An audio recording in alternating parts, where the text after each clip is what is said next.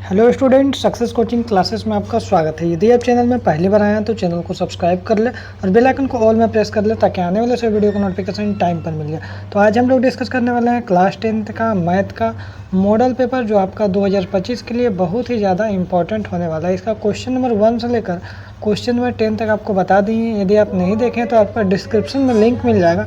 आप सबसे पहले क्वेश्चन नंबर 1 से लेकर क्वेश्चन नंबर 10 तक जरूर देख लीजिएगा। उसके बाद आज हम लोग डिस्कस करने वाले हैं क्वेश्चन नंबर 11 से। तो चलिए हम लोग देखते हैं क्वेश्चन नंबर 11 क्या है। देखिए, सबसे पहला सवाल आपका एग्जाम में इस टाइप का क्वेश्चन आएगा, जो निम्नलिखित में से कौन सा द्विघात समीकरण है। द्विघात समीकरण का रूप क्या होता है? A x square plus b x plus c, ये रूप होता है। तो याद रखिएगा, एक्स का पावर स्क्वायर तो होना हर हाल में जरूरी है।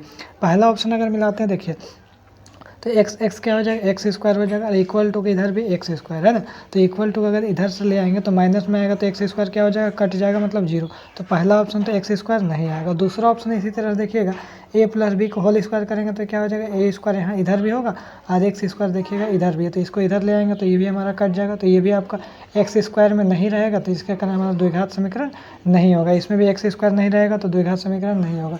अब आइए चौथा ऑप्शन देखिएगा, तो यहाँ पर देखिए एक्स स्क्वायर यहाँ पर है और यहाँ पर ए प्लस बी को होल स्क्वायर करेंगे तो यहाँ पे हमारा क्या हो जाएगा? देखिए यहाँ पर भी एक्स स्क्वायर है और यहाँ पर भी इधर भी हमारा क्या हो जाएगा? A square plus b square minus 2ab तो एक्स स्क्वायर हो जाएगा।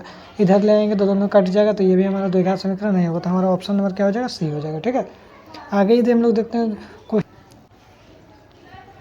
अब आइए देखते हैं क्वेश्चन नंबर 12 क्या बोल रहा है। द्विघात समीकरण x square plus x minus 1 बराबर 0 के मूलों की प्रकृति क्या होगा। तो देखिए, सबसे पहले ये हम लोग समझ लेते हैं, अगर डी बराबर हमारा आंसर 0 आया तो मूल क्या निकलेगा? आपका वास्तविक और समान निकलेगा। क्या निकलेगा? ये वाला निकलेगा। ठीक है, उसके बाद यहाँ पर डी ग्रेटर देन 0, 0 से अगर बड़ा आ गया तो मूल क्या निकलेगा? वास्तविक निकलेगा और असमान निकलेगा। अगर डी हमारा क्या हो जाएगा?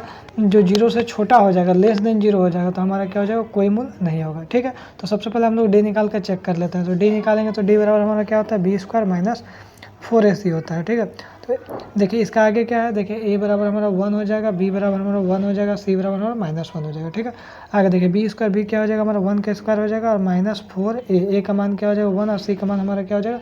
माइनस यहाँ पर 1 हो जाएगा, तो 1 के स्क्वायर 1 हो जाएगा, माइनस और माइनस क्या हो जाएगा? प्लस हो जाएगा, 4 1 जा 4, तो 5 आ गया। डी का मान क्या आ गया? 5 आ गया।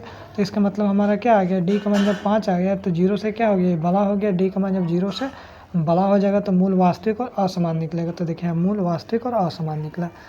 आगे यदि हम लोग देखते हैं क्वेश्चन नंबर 13 क्या बोल रहा है? A x square b x plus c बराबर 0। ठीक है, तो दो भिन्न वास्तविक मूल क्या होगा? भिन्न वास्तविक मूल मतलब क्या होगा? अलग अलग मूल कब निकलेगा? तो याद रखिएगा, अलग अलग मूल हम लोग कब निकलेगा? जो डी आपको ग्रेटर देन 0 होगा। ठीक है, यहाँ देखिए a x square b x plus c बराबर 0 के दो भिन्न वास्तविक मूल होगा। भिन्न मतलब अलग अलग वास्तविक मूल होगा।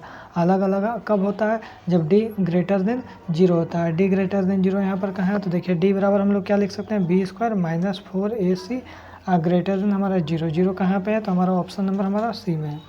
ठीक है, आगे यदि हम लोग देखते हैं क्वेश्चन नंबर 14 क्या बोल रहा है?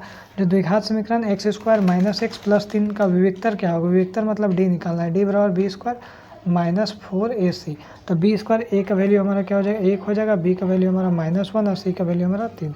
तो बी स्क्वायर, तो बी हमारा क्या हो जाएगा? -1 के स्क्वायर हो जाएगा और -4 और ए का वैल्यू 1 और सी का वैल्यू 3, तो 1 का स्क्वायर क्या हो जाएगा? 1 हो जाएगा और यहाँ पर 4 या 12 -12, तो इसको अगर सोल्व करेंगे तो क्या हो जाएगा? -11 हो जाएगा। डी का मान क्या होगा? लेस देन 0, 0 से क्या होगा? कम हो गया, तो 0 से कम हो गया तो हमारा मूल क्या हो जाएगा? आपको -11 यहाँ पर मूल मैंने इसका कोई मूल नहीं होगा। ठीक है, क्योंकि यहाँ पर -11, डी का मान अगर लेस आ गया, 0 से अगर कम आ गया, मैंने डी का मान हमारा -11 आ गया, तो याद रखिए इसका कोई मूल नहीं होगा। ठीक है, तो हमारा आंसर नंबर डी होगा। आगे देखते हैं क्वेश्चन नंबर 15 क्या बोल रहा है? प्रथम पद ए है और सार्वंतर डी है, तो एपी का nवां पद कौन सा होगा? तो याद रखिए फॉर्मूला क्या होता है? n बराबर a plus n minus 1d। तो ये हमारा फॉर्मूला कहाँ है? तो ऑप्शन नंबर हमारा n बराबर a plus n minus 1d, option number d हो जाएगा। आगे यदि हम लोग देखते हैं क्वेश्चन नंबर 16 क्या बोल रहा है? जो 10 7 4 का 30वां पद क्या होगा? तो 30वां पद सबसे पहले हम लोग ए का मान क्या दिया? 10 दिया पहला वाला। डी के मान क्या निकालेंगे? a2 माइनस a1 निकालेंगे, तो 7 में से अगर हम लोग 10 घटाएंगे तो डी का मान हमारा क्या निकल जाएगा? -3। ए और डी निकल गया। अब हम लोग 30वां पद निकालना है, तो a30 अगर हम लोग निकालेंगे तो क्या होगा? a प्लस 29d होता है ना, तो ए का मान हमारा क्या हो जाएगा 10 हो जाएगा और प्लस 29 और डी का मान हमारा क्या हो जाएगा -3 हो जाएगा। तो यहाँ पर हमारा 10 और माइनस और प्लस -29 दिया कितना होगा 87। तो इसको सॉल्व करेंगे तो -77 इसका मान आ जाएगा। -77 कहाँ है तो ऑप्शन में हमारा सी है। आगे यदि हम लोग देखते हैं क्वेश्चन नंबर 17 क्या बोल रहा है, AP 3 R 13 18 का कौन सा पद 78 होगा। कौन सा पद 78 होगा, मतलब हम एन का मान 78 दिया है और हमको एन का मान निकालना है, ठीक है। और ए का मान हमारा कितना दिया 3 दिया है और डी का मान क्या 8 में से 3 घटाएंगे तो 5 होगा, ठीक है। तो चलिए हम लोग एन का मान निकालते हैं। देखिए फार्मूला क्या होता है, एन बराबर a plus N minus 1 D होता है, ठीक है। एन का मान कितना दिया तो एन का मान हमारा 78 दिया है, ए का मान कितना दिया तो हमारा 3 दिया है और एन हमको निकालना है और डी का मान कितना दिया 5 दिया है, क्योंकि 8 में से 3 घटाएंगे 5। अब 78 में से ये 3 को क्या करेंगे माइनस में ले आएंगे इधर, अब बाकी ये जैसे तैसे उतार दिए। तो 78 में से 3 गया तो क्या हो गया 75 हो गया। 75 बराबर n माइनस 1, 5 का 5 उतार दिए। अब ये 75 का 75, ये 5 हमारा क्या गुना में है तो भागा में हो जाएगा। अब बराबर n माइनस 1 यहाँ पर हो गया।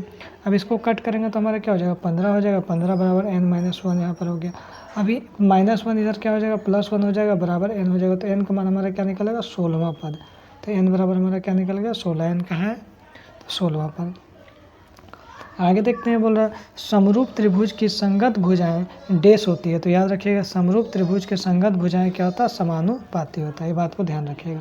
आगे देखते हैं क्वेश्चन नंबर 19 क्या बोल रहा है, जो दो समरूप त्रिभुज की भुजाएं 4:9 है। मान लीजिए कोई दो समरूप त्रिभुज है, उसका जो आपको क्या बोल रहा है भुजा का अनुपात 4:9 है। क्या है भुजा का अनुपात 4:9 है और क्षेत्रफल का अनुपात निकालना है। तो याद रखिएगा भुजा क्या होता है हमेशा अनुपात कम होता है, क्षेत्रफल का अनुपात बड़ा होता है। तो याद रखिएगा 4:9 है ना, तो उसको क्या कर दीजिए बड़ा करना मैंने वर्गमूल कर दीजिए। 4 का वर्गमूल और यहाँ पर 9 का वर्गमूल, तो 4 × 16 और 9 में 81, 16:81 हमारा आंसर हो जाएगा, ठीक है। कुछ नहीं करना है, आपको भुजा का अनुपात दिया, क्षेत्रफल का अनुपात अगर निकालना है तो इसका वर्ग कर दीजिए, ठीक है। अगर क्षेत्रफल का अनुपात निकालना है और भुजा का अनुपात में क्षेत्रफल का अनुपात दिया, भुजा का अनुपात निकालना है तो उसको स्क्वायर रूट हटा दीजिए, ठीक है। आगे देखते हैं यहाँ पर क्वेश्चन नंबर हमारा 20 क्या बोल रहा है। तो ये हमारा लास्ट क्वेश्चन है 20। तो चलिए इसको देखते हैं। बोल रहा त्रिभुज ABC में AB 6√3 है और AC 12 है और BC हमारा 6 सेंटीमीटर है। तो कोण B क्या होगा। तो देखिए याद रखिएगा कोण B निकालने के लिए हम लोग देखिए, जैसे मान लीजिए एक हम लोग त्रिभुज बना दिए, अगर ये H के बराबर H² जो सॉरी H है, ये हमारा P है, यहाँ पर B है। अगर H² बराबर P² प्लस B² अगर बराबर आ गया तो ये हमारा क्या हो जाएगा समकोण त्रिभुज में होता है। समकोण त्रिभुज इसका मतलब हमारा जो एंगल B क्या हो जाएगा 90 डिग्री हो जाएगा। तो यही हम लोग को प्रूफ करना है, जो H² इधर वाला स्क्वायर ये दोनों के स्क्वायर बराबर है तो 90 डिग्री होगा, नहीं है तो नहीं होगा। तो चलिए हम लोग प्रूफ करते हैं। तो सबसे पहले हम लोग ABC एक त्रिभुज बना देते हैं। AB कितना दिया 6√3 दिया है और AC कितना दिया 12 दिया है और BC कितना दिया 6 दिया। तो फॉर्मूला क्या है H² बराबर P² प्लस B²। H² कितना है तो 12 है, तो 12 के स्क्वायर कर दिए। P² कितना है तो 6√3 है और प्लस B कितना है 6 है, ठीक है ना। तो 12 के स्क्वायर कितना हो जाएगा 144 और 6 का कितना हो जाएगा 36 और √3 क्या होता है 3 होता है और प्लस कितना हो जाएगा 36।